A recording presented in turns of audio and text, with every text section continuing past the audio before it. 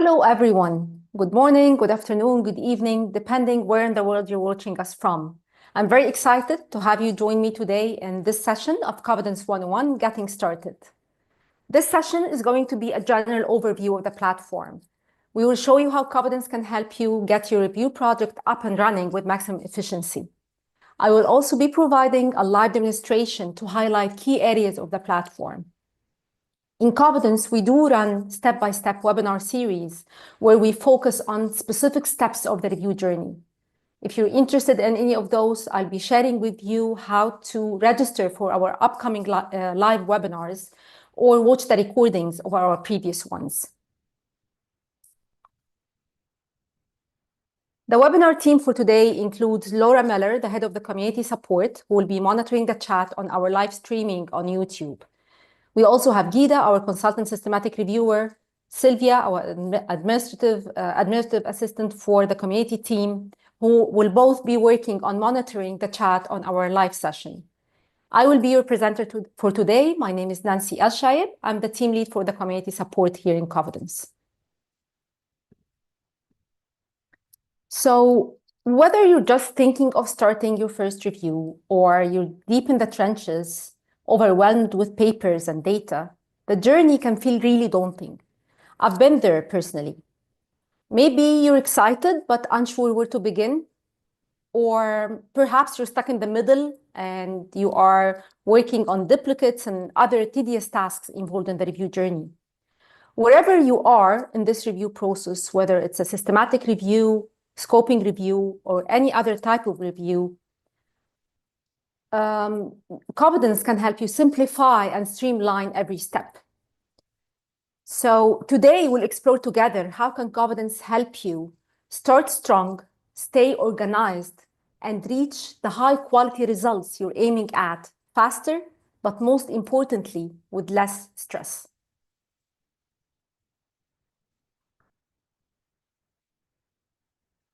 Before we begin, I would like to share some contextual information about Covidence. So as an organization, we are a not-for-profit making organization. Our headquarters are in Australia, and we are cause-driven. And Covidence has the objective of streamlining the systematic review process.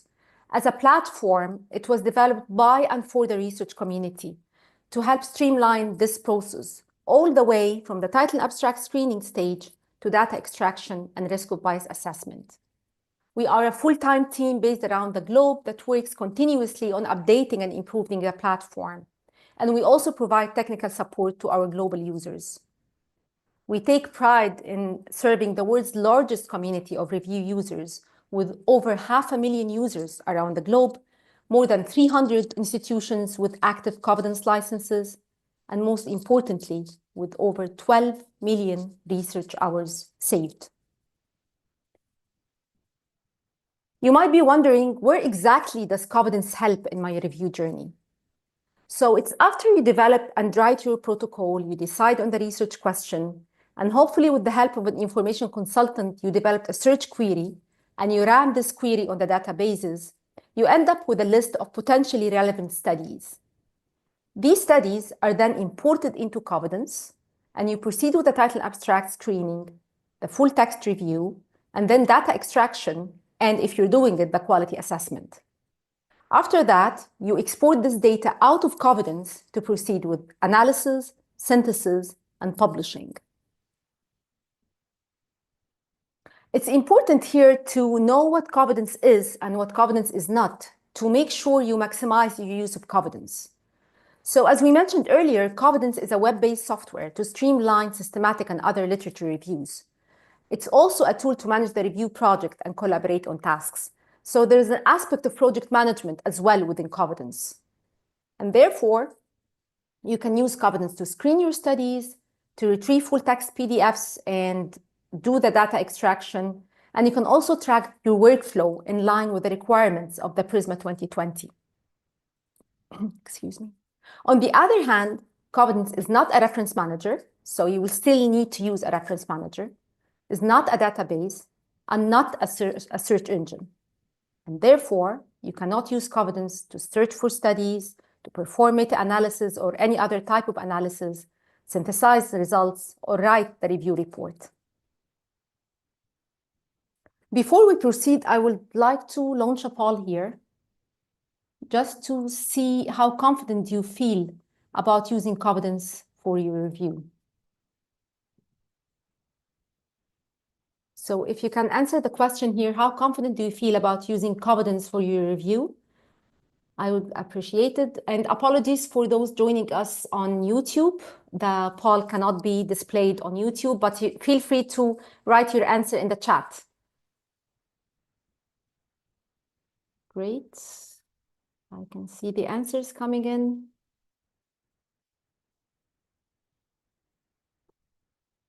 Excellent.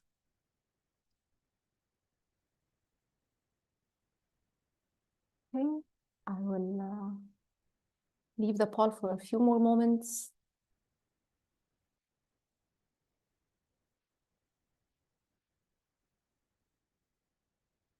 Excellent. I will end the poll now and share the results.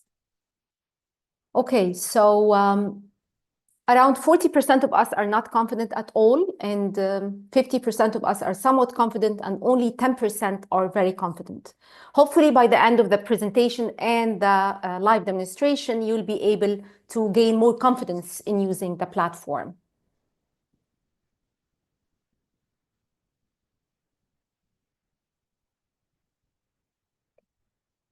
So what are we going to cover today? I would like to emphasize that this session is a general overview. And again, if you're interested in more in-depth information and more focused content about the specific steps of the review process, you can join our step-by-step webinars. So today, I will show you how to access Covidence, how to set up your review in Covidence, how to bring your list of potentially relevant studies into Covidence, how to proceed with the title abstract screening, the full text review, the PRISMA flowchart, and exporting.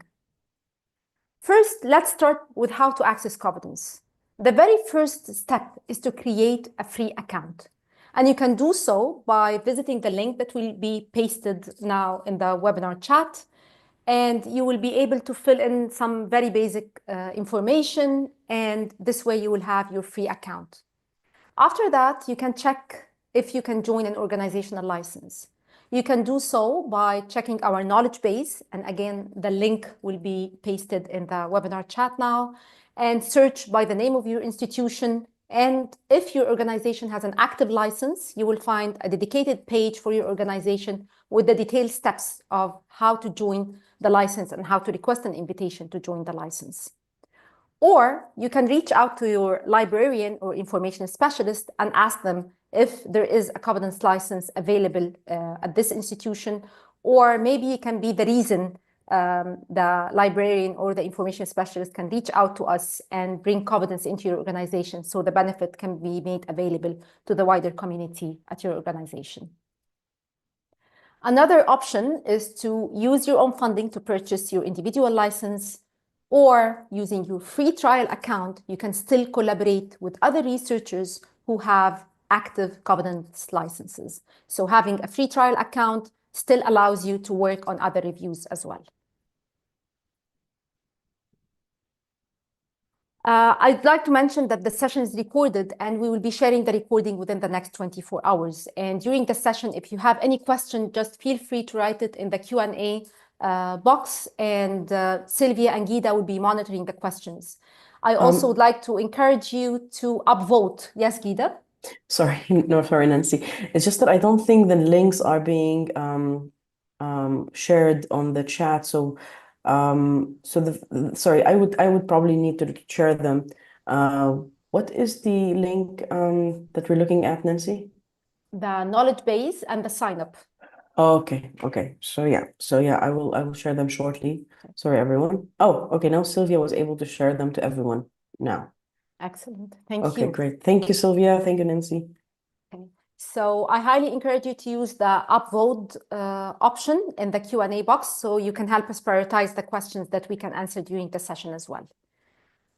Okay, so this is the page where you create your free trial account, and that's the basic form you will need to complete to create your account. Also, if your organization has a license, this will be the self-sign-up page that will appear to you when you request an invitation to join the organizational license.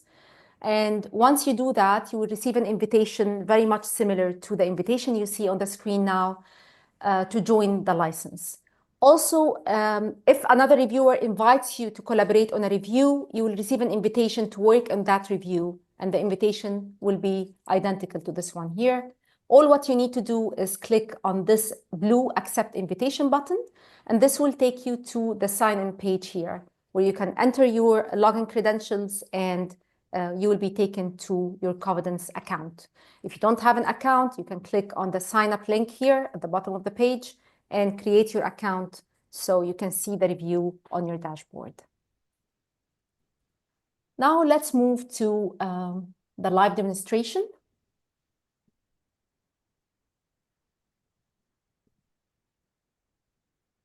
Okay, so once you log into your account, you land on this page here, and this is what we call your Covidence dashboard. On this dashboard, you will be able to see your initials in the top right corner. And if you click on it and go to Profile, you will see that the email address you used to create your account is showing here, and that's your primary email address, and that's the address you need to use to sign into your account. You can add additional personal email addresses, and these will be called your secondary email addresses, but you cannot use them to access your account. They are there to help you link your account to several institutions, for example, if you have several affiliations. It's important here to mention that you cannot add email addresses of other users or other reviewers, because Covidence is designed in a way where each account should belong to one reviewer. So one reviewer, one account, several email addresses for the same reviewer. Now, moving back to my dashboard, you can click on this Covidence logo here. And on the dashboard, you can see there's a blue Start a New Review button here. And when you click on it, now you are on your way to create your first review. You will be asked some very basic questions, the first of which, if this is a Cochrane review. If it is, there's a different process for it. But in our scenario here, we choose that this is not a Cochrane review. Then you would write the title of your review, and that's not set in stone. You can always change it as you move forward with your review. Then you would need to choose the review type. If you're not sure what your review type is, you can click on this link here, which will take you to our knowledge base, where there's an article that explains the different types of reviews, so you can help decide what is the type of review you are conducting. Then there's a question about the question type. And again, if you're not sure what type of research question you're asking in this review, you can click on this link here that will take you to the knowledge base article as well. Then here you would decide on your area of research. And if you select medical and health sciences, this will bring up these automation options that are built around the RCT classifier. If you choose other fields, these automation options will not be available to you. And this is because we don't make available any feature unless we test it in this specific discipline.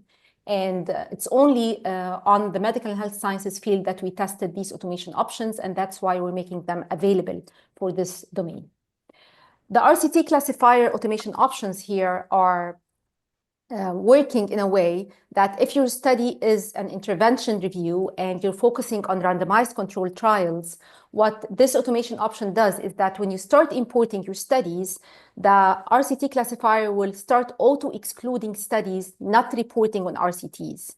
And you will always be able to visit this list of auto-excluded studies, and you will be able to override the decision of Covidence and move them back to your screening list. So you are always in control. Thank you very much. And then the other automation option here is you are able to tag references that are reporting on RCTs. And this way, on the screening list, you will be able to see the study that's an RCT with a tag that says possible RCT. And later on, you can filter this study list using this tag. The final step in creating your first review is deciding on the account or the license against which you're creating this review. So it could be against your individual license or against a specific institution that you're affiliated with. Then you click on this Create Review button, and this will make the review available on your dashboard here. For the sake of today's demo, we'll be looking at this review here, which is an in-progress review. It's called Fever Medicines. And once a review is created, it comes to you with the essential framework for any review, from importing your references to the title abstract screening, full text screening, and extraction. And here you have 3 buttons for exporting your data, for the PRISMA flowchart, and for the settings of your review. The very first area you need to visit is the settings section of your review. So if we go here, we will be able to see there are 5 tabs here at the top. And it's really critical that you spend as much time as needed on setting up your review to make sure you are on the right track. So you need to discuss with your team how the settings will be done. And definitely this has to follow your protocol. And this will help you avoid many reversing decisions and ad hoc decisions along the way. The very first tab here, the review settings, has some fields that are very much similar to the fields you completed when you were initially creating your review. So here is the review name, the review type, the question type, the area of research with the relevant automation tools. And then you have the option to document some information, like the date of your last search, the search strategy. If this review is an update to a previous review, you can just paste the citation here of the initial review. And then for each stage of the review process, the title abstract screening, the full text screening, and the data extraction, you have the option of deciding on the number of reviewers, if it's 1 or 2. So with the number of reviewers here, we're not talking about the size of the team. We're talking about the maximum number of votes that each study will need to move forward in the review. So in Covidence, the maximum number of votes that are needed for a study to move forward is 2 votes. So any 2 votes from any two reviewers will qualify the study to move forward. So you can have a team of 10 reviewers. Any 2 of them, if they vote on a study, the study will move forward. Now moving to the extraction settings, you have now in Covidence 1 of 2 extraction tools, extraction 1 or extraction 2. Extraction 1 is the one recommended by Cochrane, and it's more suited for intervention reviews, and it follows the standardized PICO framework. It's also easier for you if you're doing meta-analysis to use extraction 1. On the other hand, extraction 2 is more suited for more intervention reviews, more complex reviews. So for example, if you're running an umbrella review or a qualitative review. And it doesn't follow a structured PICO framework, so it's more flexible. With extraction 1, you have the option to export to CSV, Excel, or Revman if you're doing the analysis in Revman. But for extraction 2, you only have the option to export to CSV. It's important here to remember that you can switch between tools and you can go back and forth between the 2 tools. But if you extract data and create a template in one tool, then switch to another tool, the extracted data and the template will not migrate with you. And if you revert back to the initial extraction tool, all your data that's already extracted and the template will be preserved for you. If you're confused which extraction tool to choose, you can always consult this knowledge base article here that tells you all the main differences between the 2 tools, so you can make a more informed decision about which tool suits the needs of your review. Now moving to the second tab here, we have the Reviewers tab. And under Reviewers here, when you have a paid license for Covidence, you are able to invite unlimited number of reviewers to work on your review. And you can do so by clicking on this Invite Another Reviewer button, enter the first name, the email address of the reviewer, and click on Invite. They will receive an invitation very much similar to the one you received initially. And all what they need to do is click on Accept Invitation, and this will make the review appear on their dashboard. This is the list of the reviewers here, and I can see at the bottom here any pending invites or declined or expired invites.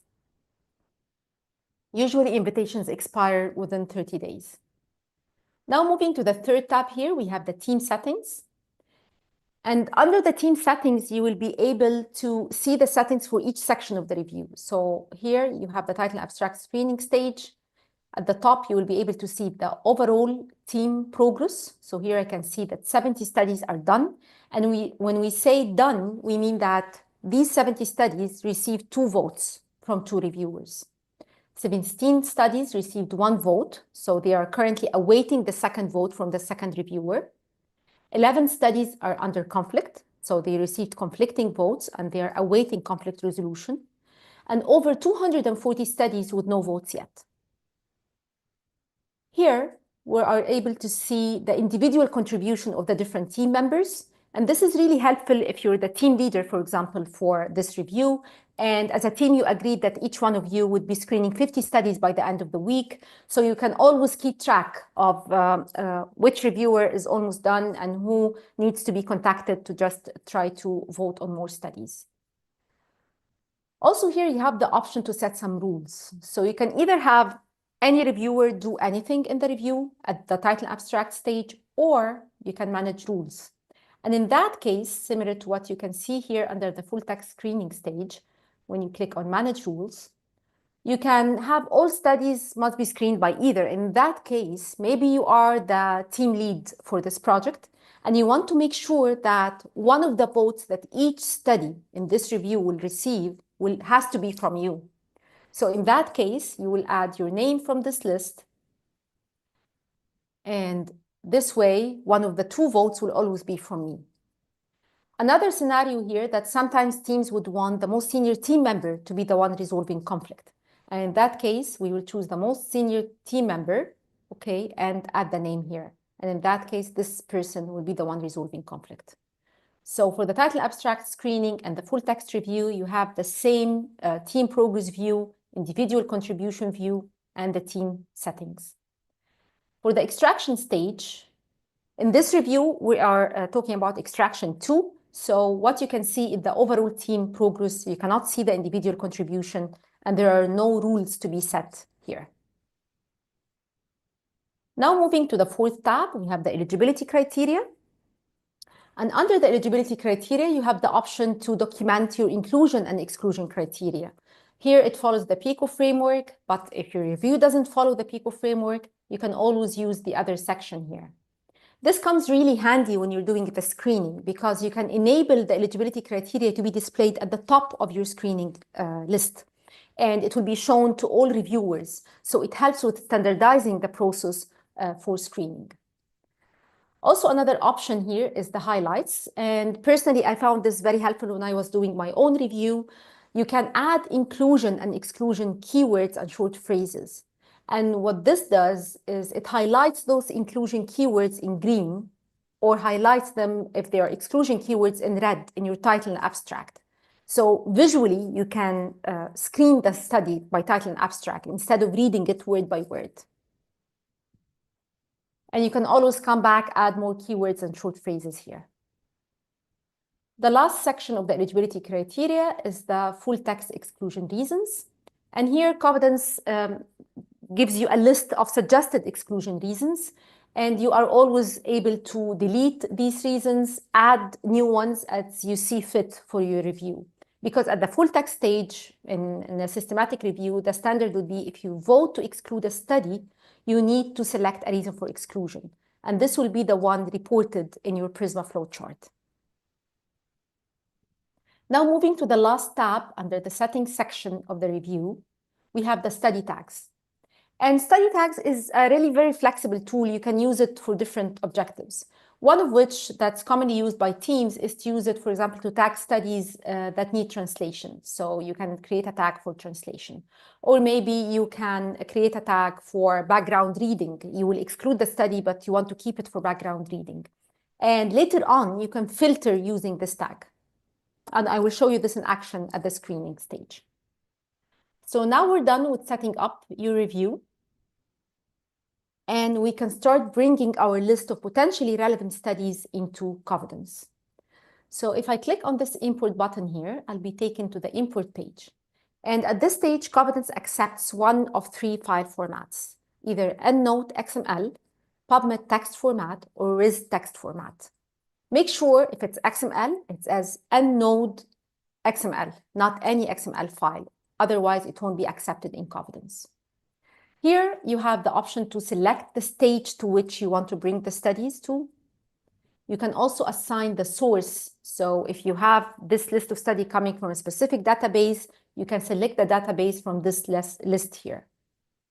If the source is not mentioned in this drop-down list, you can click on Manage Sources and add the name of the database, and this will make it displayed in the drop-down list. Then you choose the file from your hard disk and click on Import. Once the file is imported into Covidence, the automatic deduplication process starts. And during this process, the first occurrence of a study is assigned a Covidence ID and is moved to your screening list. Any subsequent occurrences is labeled as a duplicate, and you will be able to see it under the duplicate list here. So here we have the list of the auto-marked duplicates. And if you read it and you think that this is not a duplicate, this was a mistake, you can override the decision here, click on not a duplicate, and this will move it to the screening list. Also, while doing your own screening, maybe you spot a duplicate and you will have the option to mark this study as a duplicate. And in that case, it will be shown under the manually marked duplicate list here. Remember, when we were setting up the review at the very beginning, we enabled the automation option to exclude studies not reporting on RCTs, the functionality that's built around the RCT classifier. These studies will be listed for you here under the auto-marked as ineligible here. And the reason for exclusion is that it's a non-RCT. If you think that that's a wrong decision, you can override this decision and click on Move to Screening. And this will remove the study from this list and move it to your screening list. So also here under Import, you can always visit the Import History page, where you will be able to see all the imports that were brought into the review, the date of the import, the name of the file, the number of studies added to which stage of the review, the number of studies within the initial file, the duplicates, and the source as well. And from here as well, you can manage the source. Now we move to the title abstract screening stage. Most teams bring the studies into the review at this stage. So when you look here, we have a panel that's split into two sides. The left-hand side of the panel here is a universal view for the whole team. So all of us within the team will be able to see the same view. It's the team's progress. While on the right-hand side here, it shows your individual contribution. So the numbers here are unique to you, and they will be different among reviewers. So here I can see that I still need to screen over 260 studies. I screened 18 studies so far, and I have 11 studies to resolve their conflict. If I click on Continue, this will bring my screening list here. And I have several tabs here to which the studies will move depending on the voting decisions. So here on my screening list, I have several options. I can show and hide the eligibility criteria. Remember the eligibility criteria that we set at the very beginning of the review creation process. So here are my eligibility criteria, and they are showing to me while I'm doing my screening. We can also show and add the highlights. So for example, here I can see that the population is children. So that's an exclusion keyword. Instead of reading this word by word, I can click on No. And of course, this saves time. Also, I can show or hide the abstract. Some teams would like to screen by title only. So you can show and hide the abstract. You can add a tag. So here, for example, I'm clicking on checking this study, and then I will add a tag of maybe that's in Arabic. And you can see the tag is added here. Later on, I can decide to filter by this tag. So I'm choosing this tag, filter. This will bring the list of studies that are tagged with the chosen tag. Okay. Another option you have here is to mark the study as a duplicate, and this will add the study to the manual marked duplicates that we saw a while ago. And you can also see the history of the study. And you can add a note. Maybe you want to add a note that we will need to discuss this study during our next team call. Just bear in mind that the tags and the notes are both unblinded. They are visible to all team members. So make sure not to include any information that can cause bias in the voting decision of other reviewers. Also here, you have different sorting options. The most relevant sort option here uses machine learning or active learning. And it works by, based on the voting behavior of the different team members, it starts ranking the studies so that those that are more likely to be included to receive a yes vote are at the top of the screening list. So you will find yourself getting into the habit of voting more yeses and maybes. And this means that you are moving studies to the full text review stage faster. So while some of the team members might be working at the title abstract screening stage, other team members can start working at the full text review stage.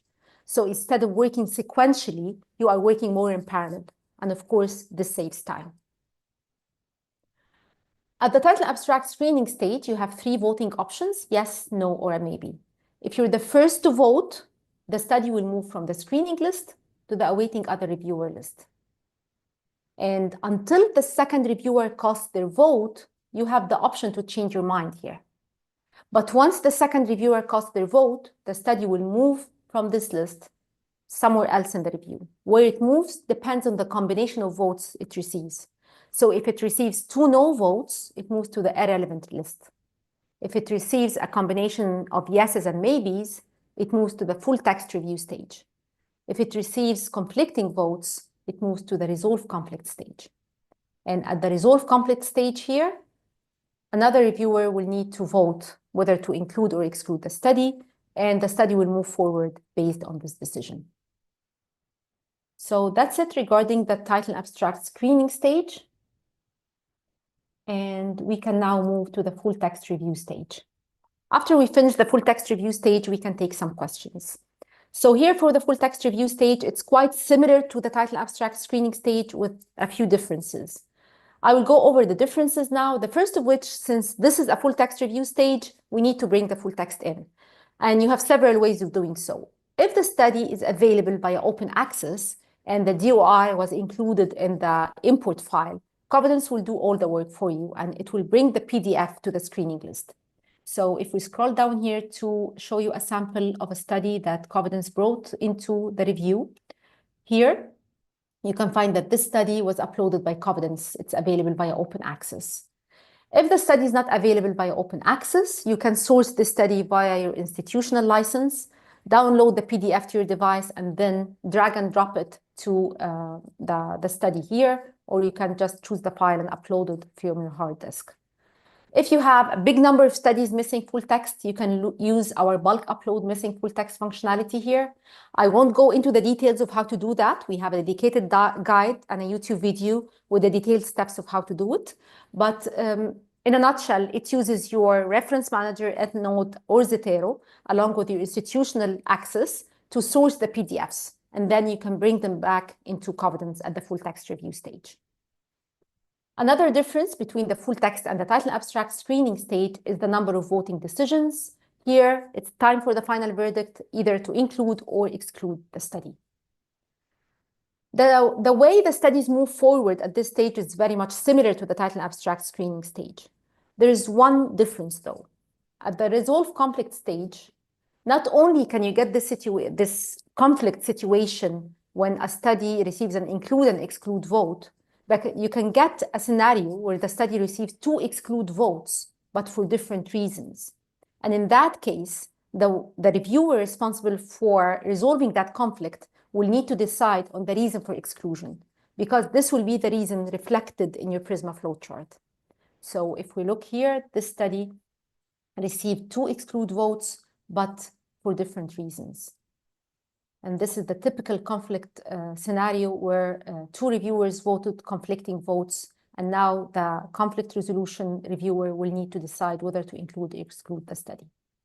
At both the title abstract screening stage and the full text stage, when you're at the conflict resolution part of the review, you can see who voted, but you can't see how they voted. So blinding is preserved here. Okay, so we're done with the full text stage and we can take some questions. Gida. Hi, Nancy. Thank you so much for the demonstration. Nancy, there's lots of questions. I think me and Sylvia are just trying to manage all of them, but thank you I so just want much to for, mention yes, if we can't answer all questions before the yes, end of the 60 minutes, we'll make sure to get back to you via email afterwards. yes, absolutely. Thank you very much. So I will, yeah, I can, we can take a few questions live. So there's one asking if is Covidence useful for reviews, including both English and non-English documents? The language is not part, Covidence doesn't do auto screening. It doesn't read the documents for you. But the data extraction template would be in English. You can extract the data in any language that you like. You can copy and paste from the PDF into the fields in the data extraction template. But the interface itself will always be in English. Yeah, thank you. And okay, if I have an institutional account, do the invited reviewers also need to have the same institutional account or just a free account? That's an excellent question. The beauty of Covidence is that you can collaborate with reviewers regardless of their geographic location, of their institutional affiliation, and regardless if they are with you in the same institution or not. They just need to have their own account. So the review owner would need to have the paid license, but all reviewers can collaborate using their free trial account. Mm-hmm. Thank you. And there's a question just to redemonstrate how the abstract will appear in red and green, like the highlights will show in the abstract as red and green. If you can please repeat that, Nancy. Sure. So here at the title abstract screening stage, if I can show or hide the highlights. When I show the highlights, the inclusion keywords are highlighted in green. The exclusion keywords are highlighted in red. So that's the exclusion keyword for me. It's the population. I'm not including studies on children. So instead of reading this word by word, I can vote no. Yeah. And there's a question, thank you, Nancy. Can we select more than one source while importing references? Yes, that's a great question. So let's check this import file here, for example. Sorry, if we go to the import history.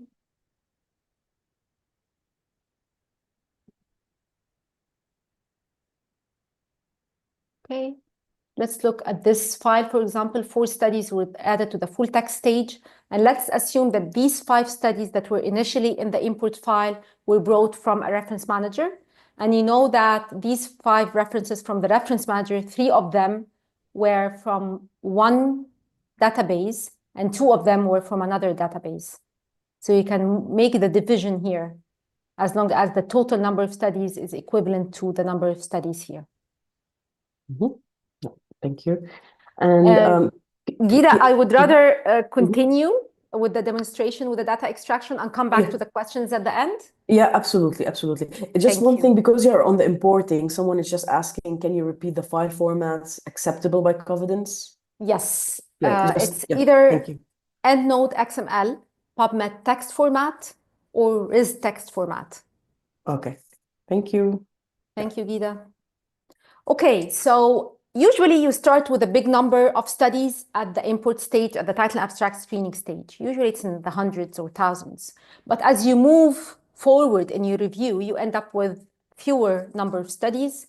So at the data extraction stage, now you will have your studies ready for data extraction. And again, on the left-hand side, you have the overall team contribution or progress. And on the right-hand side, you have your individual unique contribution.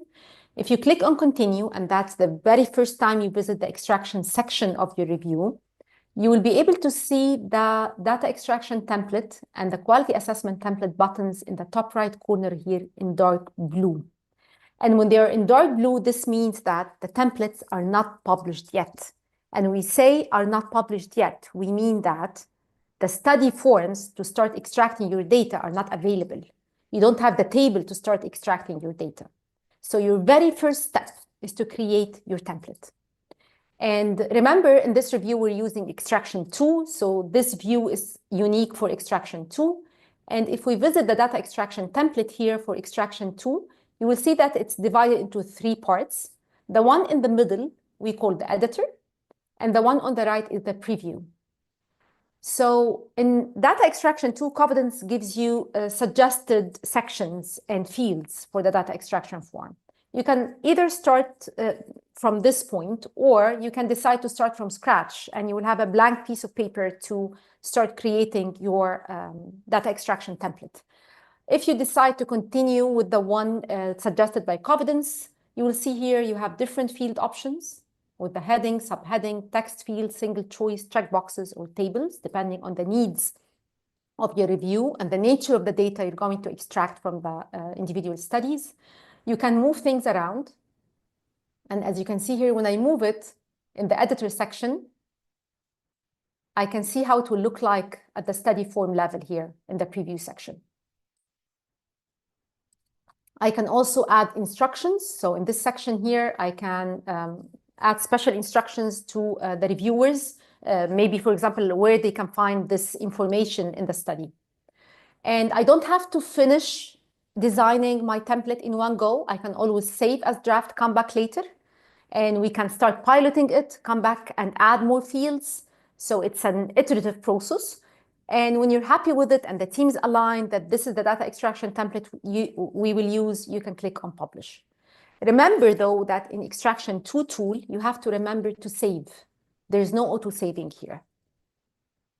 So if we go back to the extraction list here, and if we click on continue extraction, I will be able to see the full text PDF on the left-hand side and my data extraction form in the right-hand side. The quality assessment form, the template is created the same way we created the data extraction template. So you will be able to toggle between the two forms here. When reading the full text PDF, you can copy and paste to either forms. You can rotate. So if you have a landscape table with numbers, you can rotate the landscape table. You can zoom in and out, and you can search for a specific keyword. Again, you don't have to finish extracting the study in a one go, so you can always come back later and continue extracting your data, but remember to save any information or data that you extract. When you are happy with what you extracted, you can send the study for consensus.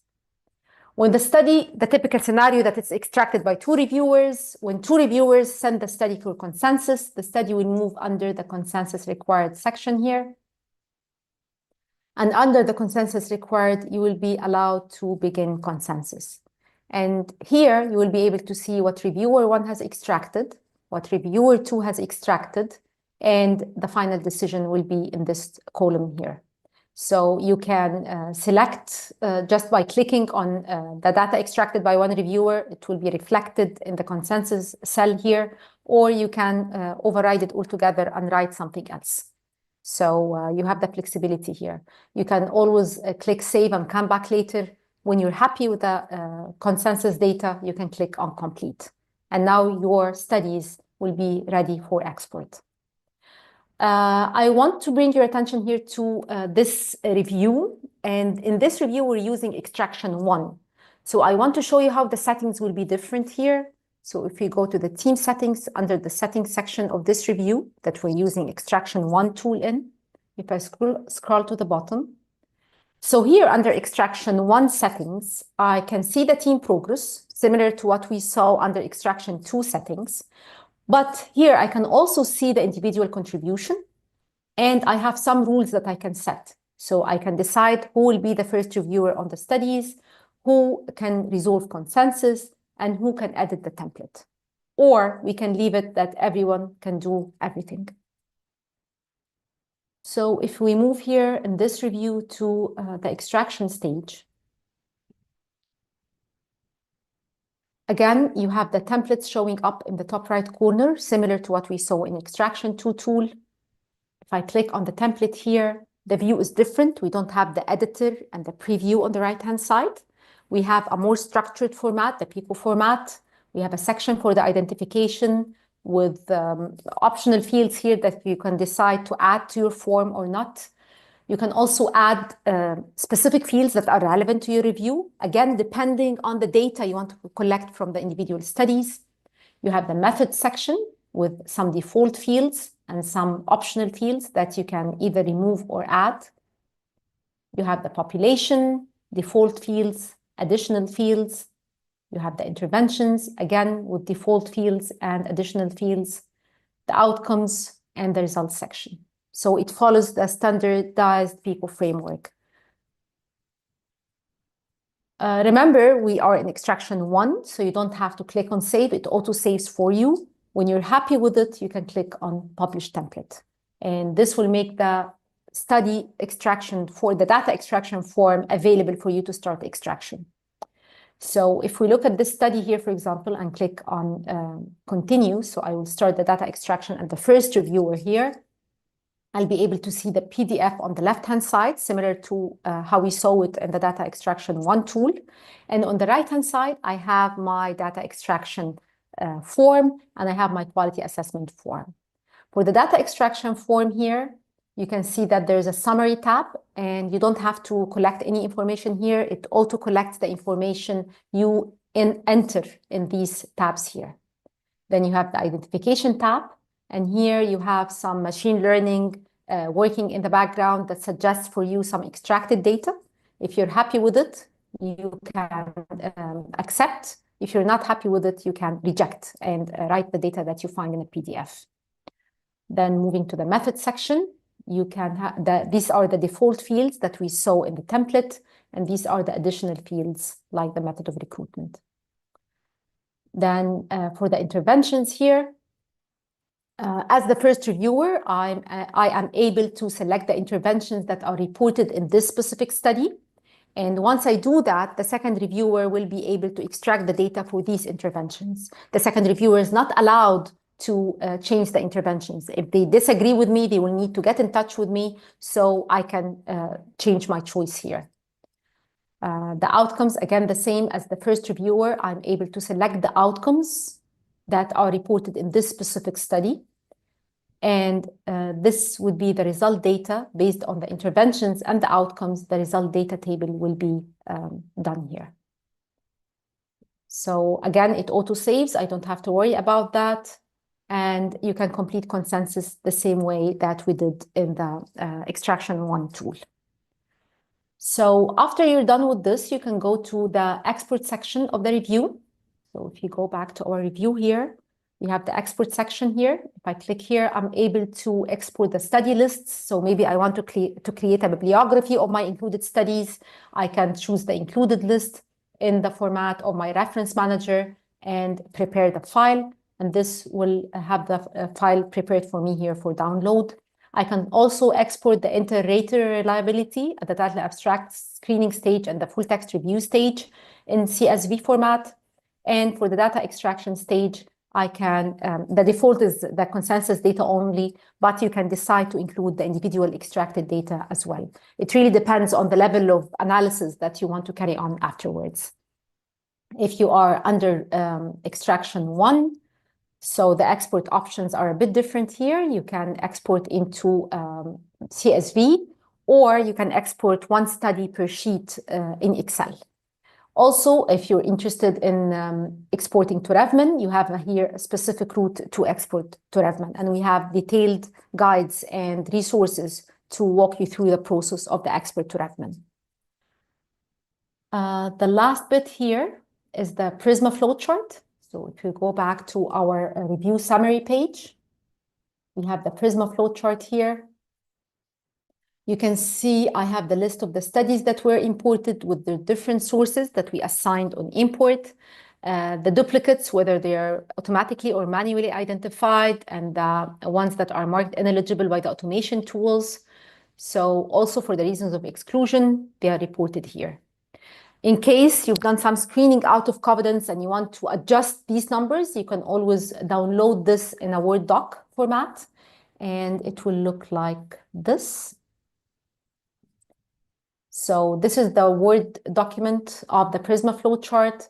You can remove sections or add sections, depending on what really happened in the review to reflect the actual work that took place in your review.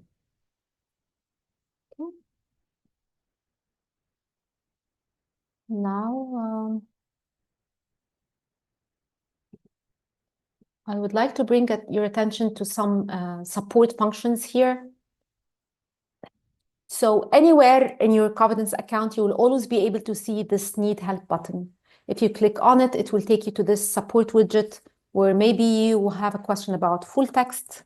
So if I type full text here, this will bring the list of articles about the full text review stage from our knowledge base. If you click on the article, you can see the article, watch the YouTube video, and if this still doesn't answer your question, you can always go back and decide to send an email. And this sends an email to support@covidence.org, and either myself or any of the other community managers in Covidence will be able to get back to you in a few hours. Also, another option here that can be of help is this question mark here in the top right corner. If I click on that, I'm able to visit the knowledge base. And on the knowledge base here, you have hundreds of articles about the different stages of the review process. They are grouped under the specific stage of the review. So here you have resources about extraction 1, quality assessment under extraction 1, and so on. Also, if we go back to the question mark here, if you click on register for a webinar, you will be taken to our upcoming webinars page. So you can see that in March, we have the Setting Up a Review in Covidence webinar that you can register for. And when I checked the registration for today's webinar, I saw many of you interested in extraction. So we have a webinar coming up in April dedicated for extraction 1. I highly encourage you to register for that as well. Okay, and one last thing is that if you go to your Covidence dashboard and you scroll to the bottom of the page, you will be able to see the link to the demo review. And this demo review is pre-populated for you with some studies, and it's like a review in progress. And it's a sandbox environment. It gets reset regularly. So you are able to play around with it and change settings and see what really happens without being scared of ruining anything in your own review. So I highly encourage you to go and and try to test your work there. Okay, let's go back to our presentation. And now I would like to launch a poll before we can take some more questions. Okay, so I will launch the poll now, just to see that after watching the webinar, how confident do you feel about using Covidence for your review? So again, apologies for those joining us on YouTube. Just let us know what you think in the chat, because the poll can be displayed on YouTube. Excellent. I can see the answers coming in. Great. Okay. I will end the poll now and share the results. Okay, so 90% of us have some level of confidence. So 36% are very confident and 61% are somewhat confident. So this is great. I'm glad that you found the content and the presentation of value to you. Remember that the review journey is never easy. It requires practice, time, and effort. And we here in Covidence are with you in this journey. So whenever you have a question or need advice on your specific review, feel free to drop us a line at support@covidence.org, and we will be able to offer our help. Okay, so what to do next? I highly encourage that after this webinar, you create your free account if you haven't already done so, set up your review, test the demo review. It will help raise your level of confidence, and sign up for the next webinar about the extraction 1 tool in Covidence. I also would like to bring your attention to some free resources that we have developed here in Covidence, the first of which is our protocol development for systematic review ebook. If you scan this QR code here, you will be able to download this free resource. And I will also show you how you can find this on our website. Sylvia, if you can just copy and paste the link to our resources page in the chat, this would be great. And this is where you will be able to find the ebooks. Another ebook we have is a practical guide to data extraction. That's a tool agnostic resource that you can use to know how to approach the data extraction as a process in your review journey. And finally, whenever you have a question, just feel free to reach out to us at support@covidence.org, and we'll be able to answer your questions. We have 2 minutes to take questions, so Gida, if you can share any questions with us, this would be great.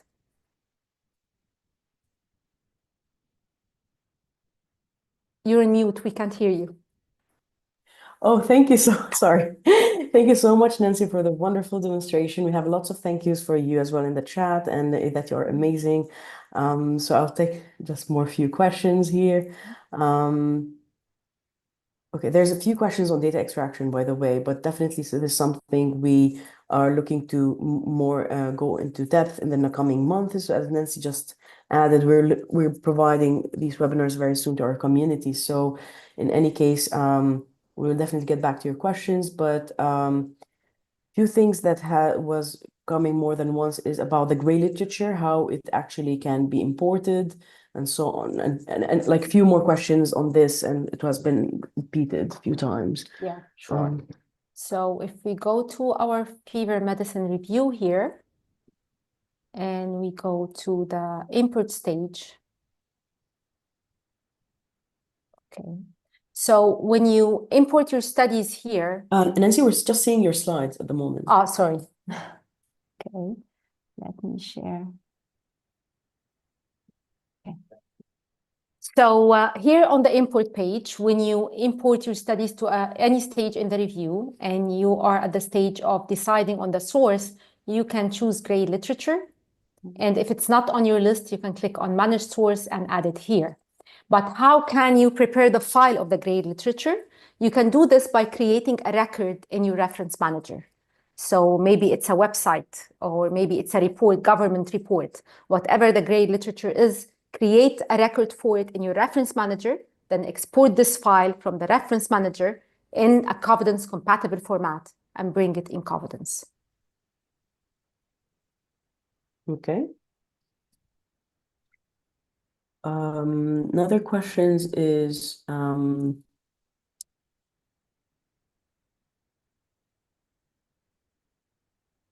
there's in a literature review that I'm looking for original articles for a systematic review article that I want to exclude after full text screening in PRISMA. Is it better to be excluded due to wrong study design or not an original article? I think this is a very specific question. Yes. So and it's the team will need to decide on that. Yes. Okay, and is in the screening rather than say when searching PubMed by use of some filters, or we can do this in Covidence. I imagine it is easier while still on PubMed. I don't really. Yeah, sure. maybe the language, for example, or publication date. Oh, so the it's filters. definitely recommended to apply your filters when you're In searching PubMed. for the studies on the database. Yes. And there was another question about if there's a specific webinar on data extraction only.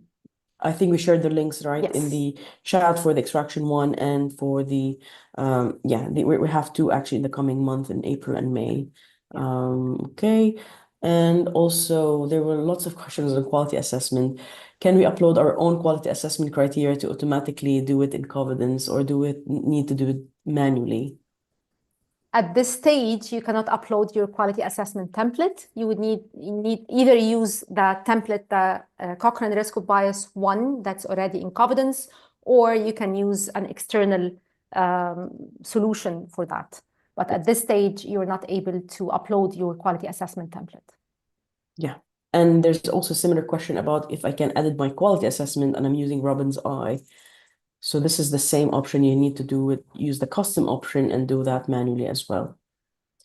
Okay. Laura, I think we are at the hour. At the hour. So Yeah. we'll make sure to get back to your questions. I'm sure we have very interesting questions there. So we'll get back to you after the webinar, and the recording will be shared with you within the next 24 hours. As well as the slides, Nancy, because there were lots of questions about the slides, if they will be available as well. We will make them available. The recording will be posted on the knowledge base along with the slides as well. Okay. Thank you very much for joining us today. I hope you found the content that we shared today of value to you. We are happy that you dedicated the time to develop yourself when it comes to your research skills in doing your review. And good luck with your review journey. Thank you. Thank you, everyone. Thank you for joining. Thank